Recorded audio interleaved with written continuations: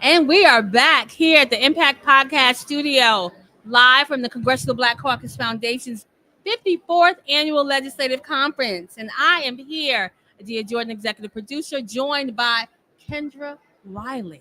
Tell me a little about yourself, why you're here. I know you're making some impact in the community, so we want to know, what are you doing? Hi, Adia. Kendra Wiley. I am a 15-year attorney, originally licensed in Texas, also licensed in DC. I'm very excited that this is a formal announcement that I just started my very own law firm called Wildstone Legal PLLC. Nice. So tell me, what do you specialize? I mean, we hear about attorneys all the time, but we want to know, what is your secret sauce? Yes, so the secret sauce is work that tracks my passions. So my tagline for my law firm is called Build It, Protect It, Pass It. And for entrepreneurs, I help entrepreneurs form LLCs from people that have side businesses that have been operating, or they have dreams of starting a business. So I help them with their LLC formations in both Texas and Washington, D.C. I serve as their registered agent. I help them with reporting. I also offer an LLC revival package. So if someone has filed an LLC and they're actually not sure what's happened to it lately, I help them revive that. So that's sort of on the entrepreneur individual side. And then I also represent companies, nonprofits, real estate investors, and property owners in grant and audit compliance, and also green building compliance. So I have my lead AP O&M. So I'm really well versed in energy efficiency, water efficiency, indoor air quality, things like that. I also look at the intersection of wellness in buildings. So I work for both companies and individuals. Nice. I really wanted to just kind of delve into the specialty of water.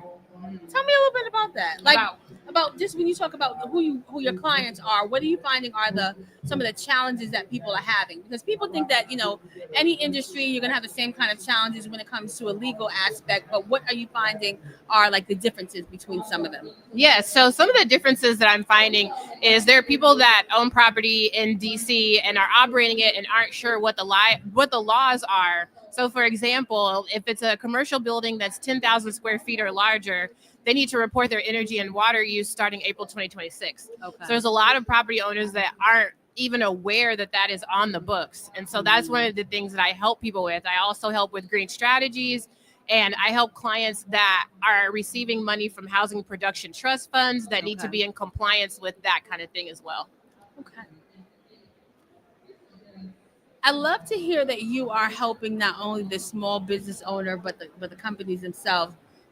When you think about just kind of how hands-on you are with them, are you seeing that it's the fact that everybody's just trying to figure it out, or do you feel like people, there might be a subsection of the community that knows a little bit more, and your job really is to be able to bring everybody up to speed?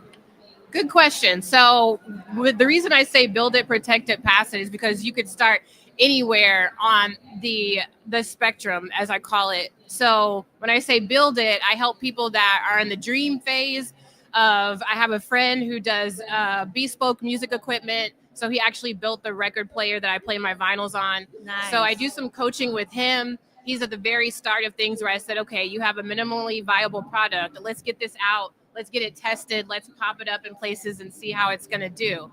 So the very beginning, but then I also have a client who has been doing real estate investing for a while and is starting to do affordable housing, like several units, maybe anywhere from 3 to 10 units.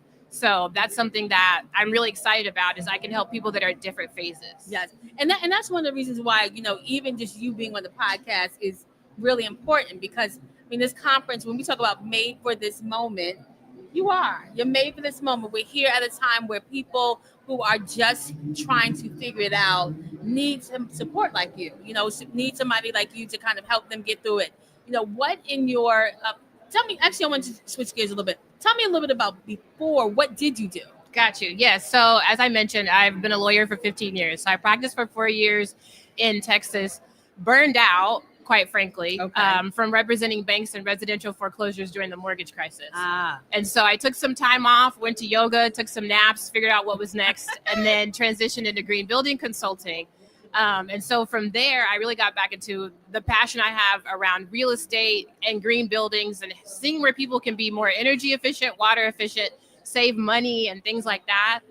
Something that really inspired me because as I've gone through my journey in DC, which started 6 years ago when I moved here, I worked for DC government as a legislative director, and I worked for a DC city council member as a legislative director.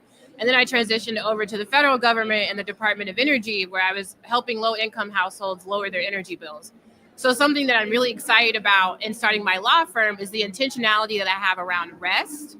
And so right now, I've just finished Rest is Resistance by Trisha Hersey of the Nat Ministry. Indeed. And I'm reading another book that's called Rest, How You Can Get More Done When You Work Less. Indeed. And rest is revolutionary. Rest is revolutionary. It's something that our ancestors, some of them got to do and some of them didn't. Correct. And so as the baton gets passed to me, as I do the work that I've been called to do, I'm doing it from a place of inspiration and not desperation, in a place where I'm actually studying the science behind rest, how to take naps, how to tap into my subconscious. And so it's been really good to be able to have the summer to kind of meditate and be intentional about how I want to approach this.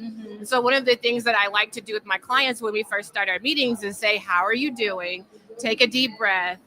How's your day going? Instead of just jumping right into business. And that's a good practice, right? Because when we talk about what's your secret sauce, anybody can go see a lawyer, right? But it is your authenticity that matters, right? It's what you've learned about the kind of pace that a small business owner or someone who's working in the federal government or even any of your clients that you've had before need to really understand about just how they work best with you, right?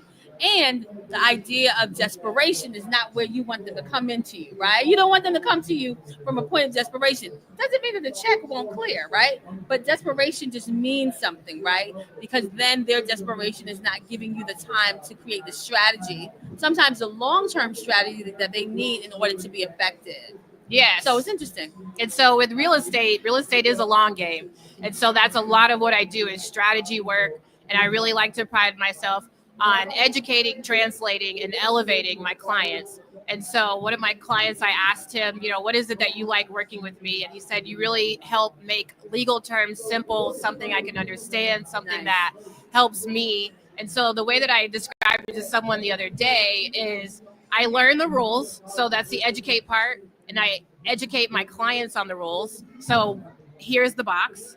And then I educate and then translate and say, okay, here's the rules inside of the box. Right. And then the elevate piece of it is, how do we think outside of the box? How do we get from a no to a yes, maybe? Because a lot of people are trying to figure out different strategies and they don't want to just hear no. So that's the value add that I bring to the table. So I'm going to flip it just for a second. So you are who you actually are serving. So you're now at a point where you are starting a business for yourself. What have you had to understand or to like put the parameters in place for yourself, just in terms of the build it, create it, model that you have? That the model is going to be iterative. I cannot tell you how many times my graphic designer has changed my website. And so the thing is I finally just put myself out there and said, okay, I'm going to do it. A website can be changed, it can be updated, but I have enough to go out there. I have a law license, I have malpractice insurance, I have all the things I need according to the DC bar to get this law firm up and running. So that's what I did. And then I iterated. I do talks like this so that I can refine what I'm doing, doing market research, volunteering with the Urban Land Institute, and just getting out there and talking to people. And that's good. I want to make sure before we close that you really let people know, like, where can they find you, right? Because we talk about websites. We just had a session before you on just the digital invisibility of Black folks and trying to figure it out. But one thing that I feel is so important is because not everybody understands that when you log onto somebody's website, you sign up for their newsletter, it doesn't always mean that you're going to be continually engaged, right? So what are the ways that people can continue to engage with you online? Sure. So my website, wildstonelegal.com, and it's WILE Stone.